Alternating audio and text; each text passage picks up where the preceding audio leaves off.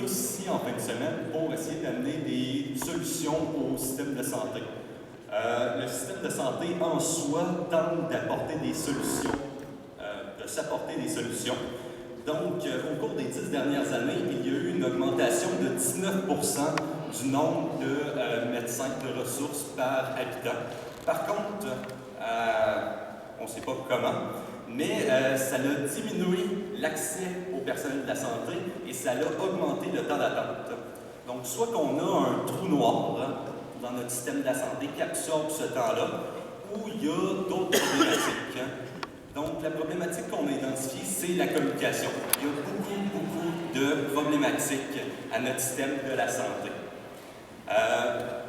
Nous, on s'est donné comme équipe de donner le pouvoir aux professionnels de la santé pour qu'eux-mêmes apportent des solutions à leurs problèmes.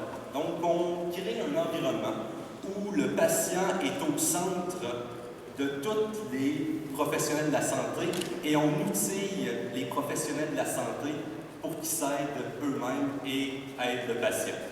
Donc, on a fait l'expérience avec quelques professionnels de la santé. La première, Anne-Marie, va vous présenter son projet. Alors, bonjour tout le monde, mon nom est Anne-Marie Boulanger-Martel et moi, je suis étudiante à la maîtrise en physiothérapie. Donc là, vous allez me dire, elle a 25 ans, elle est dans Génération Y, elle, c'est sûr qu'elle sait comment ça marche, ces affaires-là. Alors, non, je tiens à dire, je suis utile seulement à consulter les mails et regarder Facebook et mon téléphone ressemble à ceci. Donc, je suis vraiment pas techno, je suis vraiment je suis pas dans mon époque. Mais quand même, en dans 24 heures, j'ai réussi à, dans le fond, développer une application que je vous présente ici avec, dans le fond, on a filmé l'application qui est fonctionnelle. En fait, j'ai pris un contexte clinique et des problématiques. Pour ma part, c'était, dans le fond, le suivi chez les personnes qui sont atteintes d'une commotion cérébrale et, dans le fond, c'est tout le processus de suivi. Donc, cette application-là, elle sert à objectiver les données subjectives du patient qui sont rapportées sous forme de journal. Et ce journal-là est accessible, dans le fond, toutes les données recueillies du journal seront accessibles aux physio et aux neuro qui sont en train de le suivre, finalement. Et avec ces informations-là, on va pouvoir faire des recommandations. Et le patient là, va pouvoir suivre ces recommandations-là. Et donc, c'est ça. Finalement, ça va augmenter l'observance des patients. Aussi diminuer les risques d'effets secondaires et voilà, le nombre de récidives aussi. Donc, ça, c'est une de nos professionnels. Ensuite, on a un externe. OK, donc moi, c'est David Bergeron. Je suis étudiant au doctorat en médecine puis au doctorat en neurobiologie à l'Université Laval. Et en fin de semaine, grâce à Texto Dossier, j'ai développé une application qui permettait de répondre à 2 problèmes majeurs dans le domaine de l'épilepsie. Le premier, c'est le suivi des crises par le médecin. Donc, l'application va permettre de remplacer le calendrier papier qui est utilisé dans les cliniques d'épilepsie par une application qui va permettre au patient de texter ses données de crise à son médecin. Ça va s'updater automatiquement dans la banque de données. Le deuxième, c'est la sécurité lors des crises. Parfois, les patients sont seuls, puis ils sentent venir un prodrome, ils sentent venir la crise, mais ils ont très peu de temps pour réagir. Donc, en pesant sur un bouton, ça va envoyer automatiquement un message à leurs proches. Il va leur dire « Je pense que je suis en train de faire une crise, je suis à tel endroit », puis ça va géolocaliser automatiquement avec la position de leur cellulaire pour que le proche puisse venir les aider. Bonjour à tous, je m'appelle Manuel Gaudreau-Poudrette, je suis médecin résident en radiologie diagnostique. Comme vous le savez, la radiologie utilise les rayons X qui sont des rayonnements ionisants, lesquels sont cancérigènes, et la dose s'accumule avec le temps. De plus en plus, nos patients ont des examens à répétition dans différents centres par différents médecins, et ça cause une augmentation des doses, une augmentation des coûts, et donc une augmentation du risque de cancer. Moi, j'ai développé une application en fin de semaine relativement simple, Web X-Ray. Le but, c'est de compiler les doses, et ça, c'est fait par le technologue en radiation qui prend l'examen.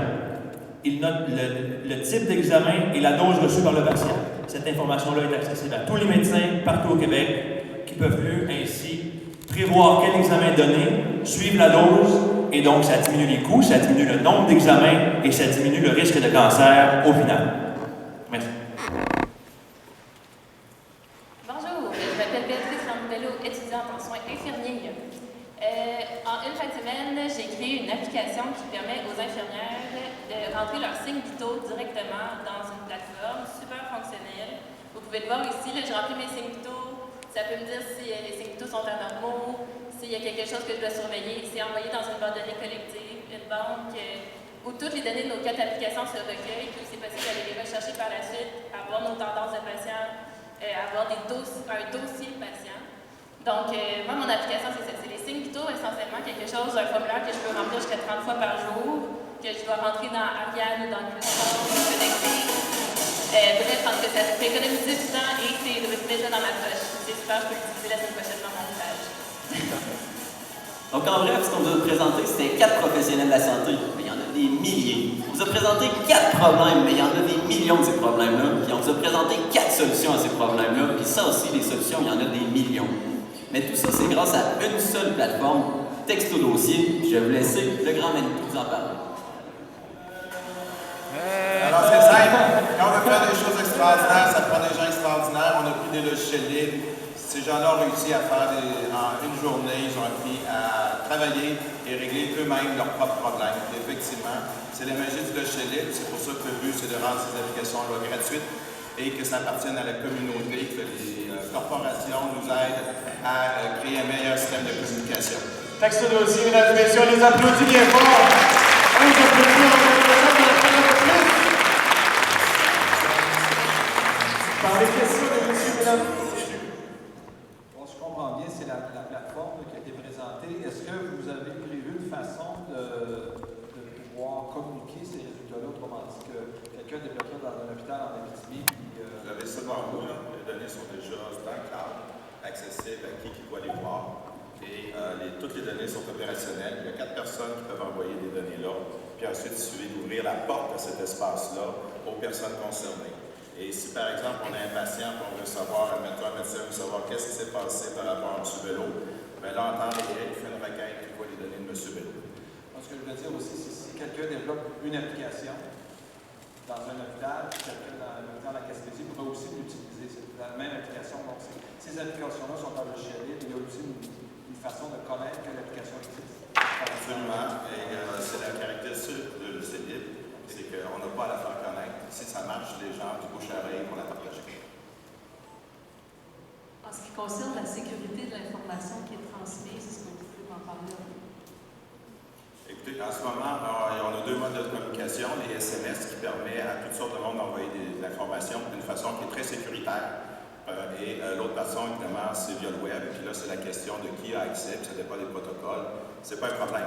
Le grand enjeu, c'est comment on va permettre à beaucoup d'informations sur la santé des gens d'exister à l'extérieur du système de santé. Et ça, pourquoi on va avoir besoin de la collaboration dans les prochains mois, c'est permettre à ces systèmes qui sont communautaires, qui appartiennent aux patients, alimenter leur propre dossier patient. Et là, il y a des murs à ouvrir.